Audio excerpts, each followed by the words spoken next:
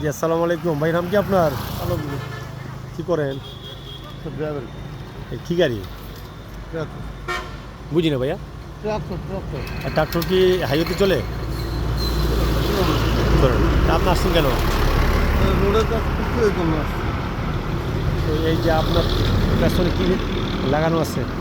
রোডে যাই আপনার মাল ফেলাচ্ছে, মাল ভাঙার জন্য সমান করি। হ্যাঁ, তো এটা আর কি লাগানো থাকে? চিকিৎসা, তো কী কাজে লাগে গাড়িটা? এটা কী কাজে ব্যবহার হয় ভাই? এটা এটা মূলত মাঠের চাষের জন্য। মাঠের কাজে ব্যবহৃত হয়। তো আপনি মাঠের কাজের জন্য গাড়িটা ব্যবহার করবেন, আপনি এক জায়গা তো আরেক জায়গায় নিয়ে যাবেন, হাইওয়েতে আসবেন না। হাইওয়েতে আসলে আপনি লোবেড নামে একটা গাড়ি আছে, লোবেড ট্রাক, ওই ট্রাক দিয়ে নিয়ে যাবেন। ক্লিয়ার কিনা? আপনি কি জানেন এটা? জানেন?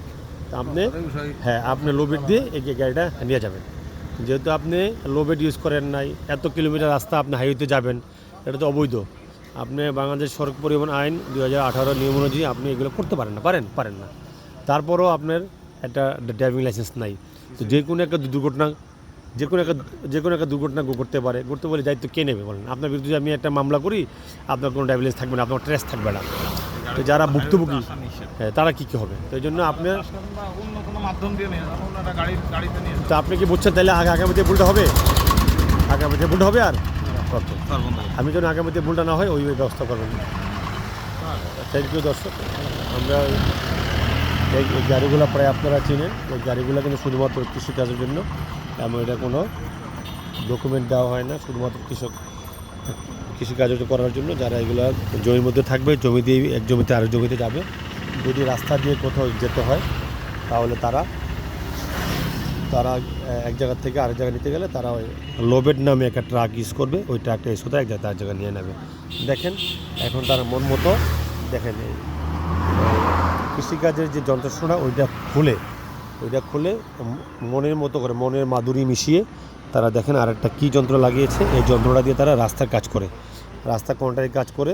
এবং এই রাস্তা কন্ট্রাক্টে কাজ করার সুযোগ নাই, রোলার জাতীয় গাড়ি দিয়ে এটা কন্ট্রাক্টে কাজ করার কথা, কিন্তু অল্প পয়সায় এই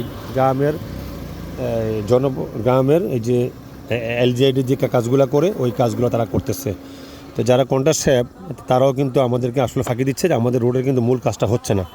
কারণ রাস্তার মূল কাজ করতে গেলে রাস্তার কিছু যানবাহন আছে, কিছু গাড়ি আছে, এই রাস্তার কাজ তারা করবে, রাস্তা রিপেয়ার কাজ করবে, রাস্তা সংস্কার কাজ করবে, আর নতুন রাস্তা করবে, রোলার আছে এবং আপনার বেকু আছে, এই ধরনের অনেক গাড়ি আছে যেগুলো রাস্তার কাজ করে, সমান করে, আশ্রয়।